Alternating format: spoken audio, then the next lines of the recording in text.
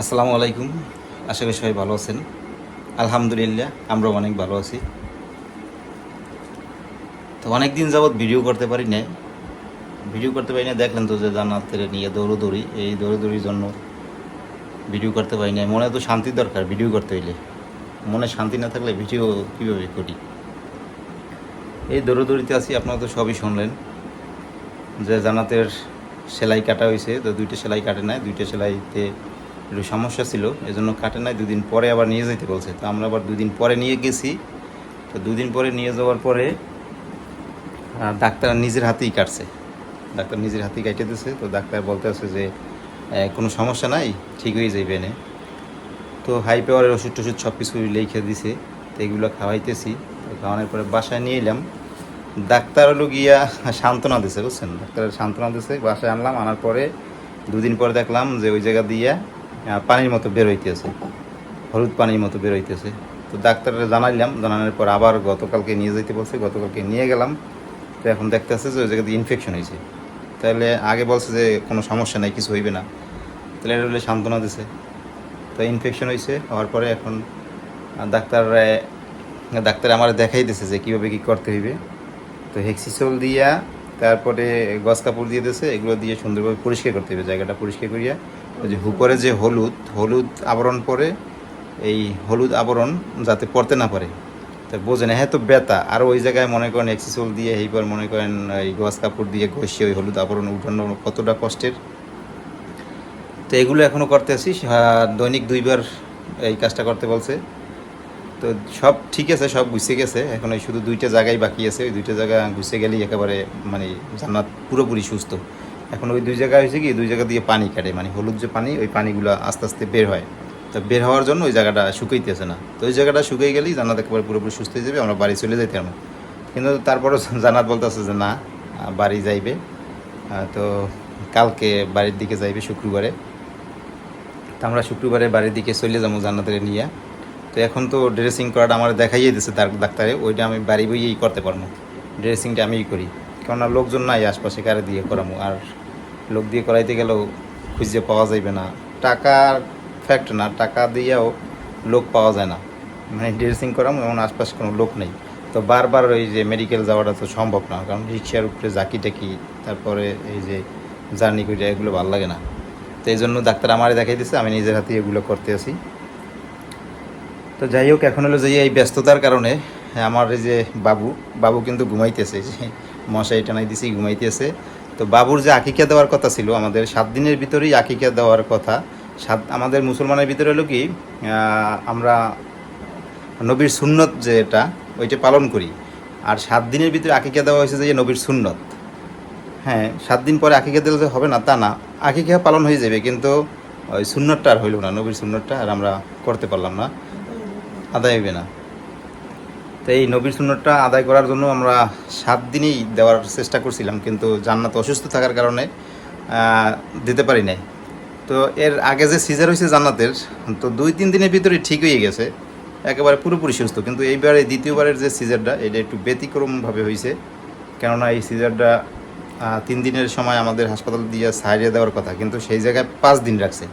ওর আরও সমস্যা ছিল, গ্যাসের সমস্যা ছিল, পেট একেবারে ফুলে উঠছে, বাথরুম সব বন্ধ হয়ে গেছে, যার জন্য 5 দিন আমাদের ওই জায়গায় রাখছে। তো এরপরে ওই সমস্যার সমাধান হয়েছে, তারপরে আমাদের রিলিজ দিছে। তারপরে তো বাড়ি আসলাম। তো বাড়ি আসার পরে আবার এই সমস্যা, কী করবো, কারণ সমস্যার পর সমস্যা, যার জন্য মনে করেন আমরা আকিকাটা দিতে পারি না 7 দিনের মাথায়।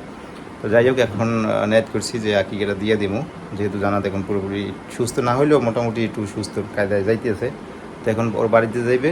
তো আমরা যামু, ইমন আসতে আছে, ইমনের নিয়ে আমরা যাবো হইলে যে চরমনাই যে গরুর হাট আছে না, ওই গরুর হাটে ছাগলও পাওয়া যায়। তো আমরা আজকে গরুর হাটে যাবো। তো 2টা ছাগল নিয়ে তারপর বাড়ি রাইখামো, তারপর জান্নাতে নিয়ে কালকে সকালে আমরা একদম চলে যাবো বাড়িতে, বাজারের দিকে যাই। ইমনের অপেক্ষায় আছি, ইমন আসলেই আমরা রওনা দেবো চরমনার বাজারে। তো এই যে ইমন আসে পড়ছে, তো ইমনের অপেক্ষায় এতক্ষণ ছিলাম আমরা। এখন বেরোমু, চরমনার হাটে যাবো। আব্বু তুমি এই করবো না আবার। তো এই যে বিসমিল্লাহ বলি আমরা বেরোলাম আল্লাহ রসুলের নাম নিয়ে, যাই চরমনাই হাটে। বাবু রাখিকে দেওয়ার জন্য 2টা ছাগল নিয়ে আসি। তো আমাদের আগে যাইতে হইবে বেলতলা খেয়াঘাট। তো বেলতলা খেয়াঘাট দিয়ে খেয়া পার হইয়ে তারপরে ওপার উঠে তারপর আবার গাড়িতে যেতে হয়েছে। তো এখন সামনে যাবো, সামনে যাইয়ে অটো নিবো, অটোতে একেবারে ডাইরেক্ট আমরা বেলতলা খেয়াঘাট চলে যাবো। হাটে যাইতেছি, এই যে ইমন আর আমরা দুজনে যাইতেছি।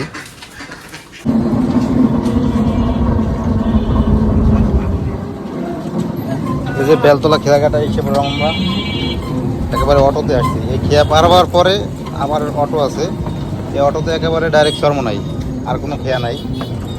এই শুধু সামনে যে খেয়াটা এটি হচ্ছে বেলতলা খেয়া, আর এই নদী হয়েছে কিন্তু কীর্তনখোলা নদী বরিশালের।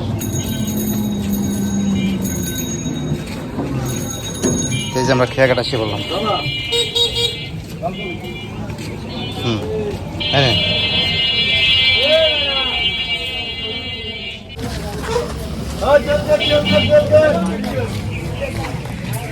এই জায়গায় খেয়াও আছে, ফেরিও আছে, যে খেয়া ছাড়বে। তো ভালো সময় এই করছি।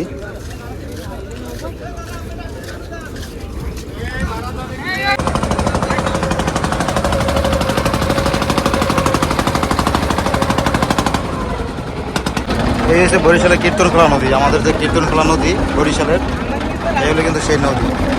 আর খেয়া কিন্তু আমাদের ওখানে খেয়ার মতোই, শায়েস্তাবাদের যে খেয়া ওই খেয়ার মতোই কিন্তু এই খেয়া।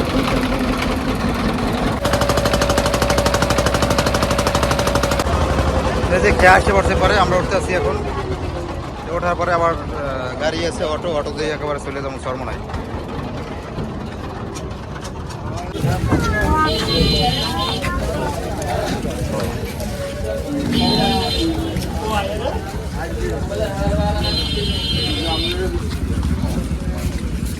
তো এখানে কিন্তু ফেরিও আছে, এই ফেরি কিন্তু এখন আর তেমন একটা চলাচল হয় না, কেননা ওই দবদবিয়া যে ব্রিজ হয়েছে এই যে এই জায়গার মাথায়, এই নদীর মাথা দিয়ে একটা ব্রিজ হয়েছে, এই ব্রিজ দিয়ে যাতায়াত করে, যার জন্য এখন আর এই জায়গা দিয়ে ফেরি তেমন একটা চলাচল করে না।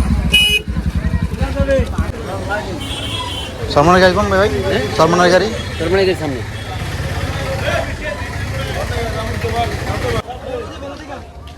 সরমনাই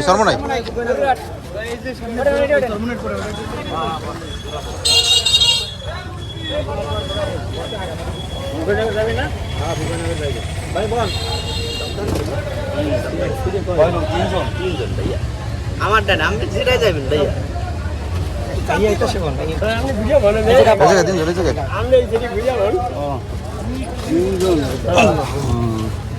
একটা সিটে 3 জন। আমরা এই যে খেয়া পার হওয়ার পরে আবার অটো নিলাম, আর এই এক অটোতেই একেবারে চরমোনাই বাজারে চলে যাবো। তো যাইতে বেশি সময় লাগবে না। গ্রামে ঢুকলেই, শহর সাইডে একটু গ্রামে আসলেই কিন্তু খুব ভালো লাগে। গ্রামের এই যে পরিবেশগুলো দেখেন কত সুন্দর গাছপালা, আর মনে হয় যে একটু শ্বাস নিতে পারতাছি গ্রাম ছাড়া, একটু মানে শহর ছাড়া একটু গ্রামের দিকে আসলে মানে একটু শান্তি শান্তি লাগে। কত সুন্দর গাছপালা, একেবারে কত সুন্দর গাছের বাগান। এই যে বাজারের আশপাশ যাদের বাড়ি আর কি, তারা কিন্তু এই যে গরু নিয়ে যাইতেছে হাইটে হাইটে, বাজারের উদ্দেশ্যে যাইতেছে। আর যারা দূরের তারা তো গাড়িতে, ট্রলারে, যারা নদী পথে আসে তারা ট্রলারে আসে, আর যারা স্থল পথে আসে তারা তো গাড়িতে আসে। আর আশপাশ যাদের বাড়ি তারা তো এই যে হাইটে হাইটে যাইতেছে। এই যে চরমোনাই বাজারে আসে বলুন, চরমোনাই মাদ্রাসা, সামনে মাদ্রাসা, বিশাল মাদ্রাসা চরমোনাই।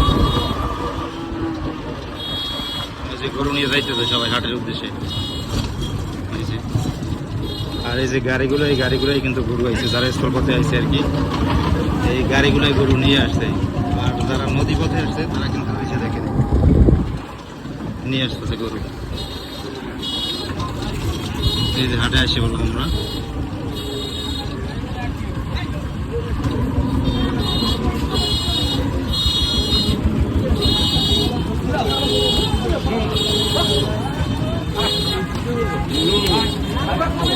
অনেক বড় হাট, কিন্তু পুরো হাটটা কিন্তু অনেক বড়,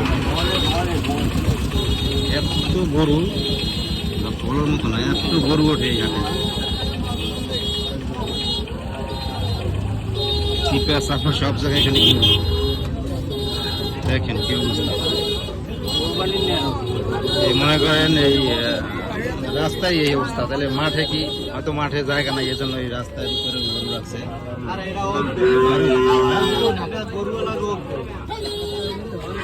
তো আমরা এই যে গাড়ি দিয়ে নামলাম, এই হলো ছাগলের হাট। এই যে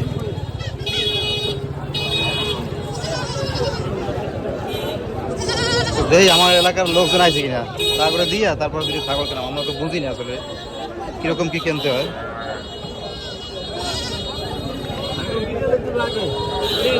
এদিকে এমন বাবা, আজকে যে গরু ছাগল উঠছে মনে হয় যে ঈদের মার্কেট না, ঈদের মতো উঠছে গরু ছাগল। এই চরমনার হাট এত বড় হাট যা বলার মতো না, বিশাল গরু ছাগলের হাট। আমরা আছি মেইন রোডে, এখনো হাটের ভিতরে ঢুকি না আর কি। দুইটা একেবারে এক সাইজের কিলো, বুঝছো? এই সামনে গেলে যে মাঠ, আর মাঠ ছাড়াও এদিকে যে গরু মানে বইছে এগুলো হচ্ছে অতিরিক্ত, মানে মাঠে হয়তো ধরায় না, এজন্য এই যে রাস্তার উপরেও আছে। এই যে এই হলো মূল মাঠ, মূল গরুর মাঠ কিন্তু এইটাই। এদিকে সব গরু, মানে আলাদা আলাদা মাঠ, যে জায়গায় গরু ওই জায়গায় শুধু গরু, আর যে জায়গায় সার গরু ওই জায়গায় সার গরু, যে জায়গায় গাই বাছুর ওই জায়গায় শুধু গাই বাছুর, আর ছাগল আবার আলাদা, সব আলাদা আলাদা।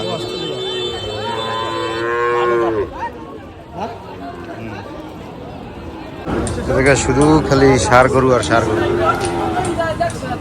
তো আমরা হাটের ভিতরে আসলাম, একজন লোক খুঁজতে আছি, কারণ আমরা যে খাসি ছাগল কিনবো কিরকম কি কিনবো আমরা বুঝি না, চিনি না, সেই জন্য লোক খুঁজতে আছি একজন পরিচিত। এদিকে যেমন লাতি দেয় না, লাতি দেয় কিন্তু ইসমরে লাতি দেয়, সবগুলো এই সাইজের দেখছো, বাছুর সব একই সাইজ।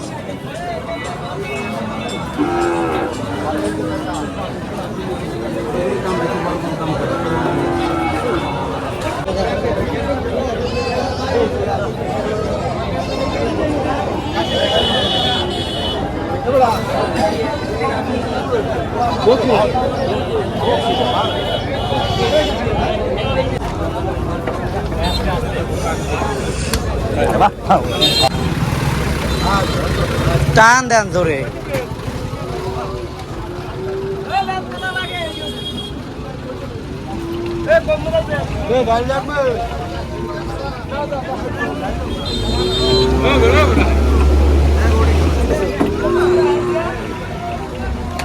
আলহামদুলিল্লাহ আমরা এই যে আকিকের জন্য ছাগল কিনলাম, খুব সুন্দর হয়েছে ছাগল দুটো না, অনেক ভালো হয়েছে।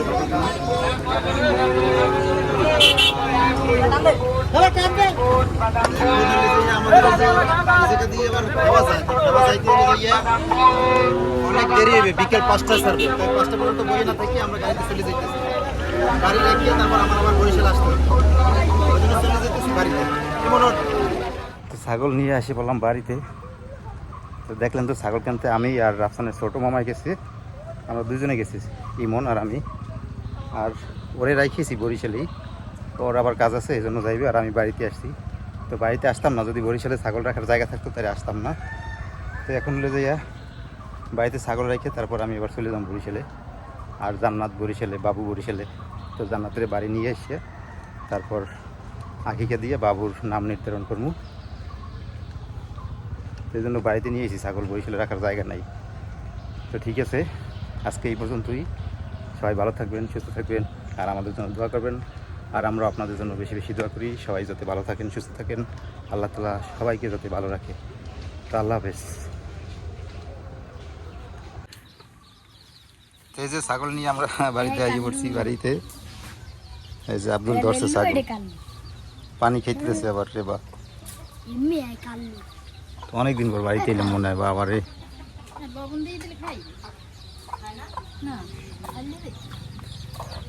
পানি খায় না, একই পানি গরম, এখন কাঁঠাল পাতা নিয়ে দিই নাকি আব্দুল, কাঁঠাল পাতা পাড়িয়ে নিয়ে দিই। কি দেখো তুমি, নাও একটা পাতা দাও, দাও দাও দাও, ছাগলের খুঁজে লাগছে না, খাইয়ে বলাইছে দেখছো, এদিকে খাইয়ে বলাইছে তাসনো।